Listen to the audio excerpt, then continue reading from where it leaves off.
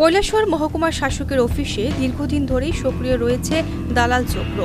অফিসের PRTC income, ST certificate, আধার বিভাগে নিয়মিতই আনাগোনা রয়েছে তাদের, কিন্তু তার সত্ত্বেও মহকুমা অফিসের আধিকারিকরা কোনো ধরনের পদক্ষেপ নিচ্ছে না বলে অভিযোগ মহকুমাবাসীদের। বুধবার দুপুরে এমনই এক প্রতারককে হাতে নাতে পেয়েও অফিসের আধিকারিকরা কোনো পদক্ষেপ নেয়নি বলে অভিযোগ।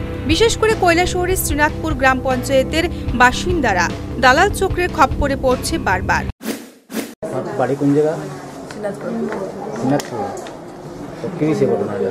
মানে আইসিআর এখানে অ্যাক্সিডেন্ট কাগজ লাগে, তো এখানে গিয়া জিজ্ঞেস করছে, তখন মানে এখানে ধরা পড়ছে আর মানে জুলাইয়ের 15 তারিখ রবিবারের দিন এখানে বানাই দিচ্ছে আর আমি 20 টাকা আর 1600 টাকা দিচ্ছি, 3টা কাগজ পিআরটিসি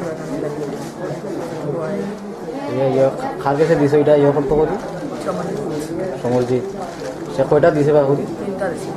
তখন কি এটা মানে 6টা দিতে আর রেজিস্ট্রি দিছে না, মানে এটা অরিজিনাল নাই ধরা পড়ছে। বুধবারও দালাল চক্রের এক পান্ডা মহকুমা শাসকের অফিসে এসে পিআরটিসি সেকশনে ঘোরাফেরা করছিল, তখনই তাকে হাতে নাতে ধরে ফেলে পরিষেবা নিতে আসা জনাকয়েক মহকুমাবাসী।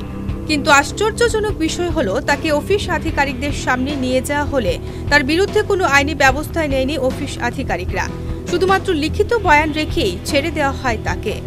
স্বাভাবিকভাবে প্রশ্ন উঠছে, তবে কি দালালদের সাথে অফিস আধিকারিকদের গোপনে কোনো সখ্যতা রয়েছে? এই বিষয়টি নিয়ে মহকুমা শাসকের সাথে যোগাযোগ করার চেষ্টা হলেও সাক্ষাৎ পাওয়া যায়নি উনার। তবে এই ধরনের ঘটনা থেকে এটা অন্তত পরিষ্কার, মহকুমা শাসকের অফিসে পিআরটিসি প্রমাণপত্র প্রদান নিয়ে চলছে জোর ঘোটালা। Bureau report, news vanguard.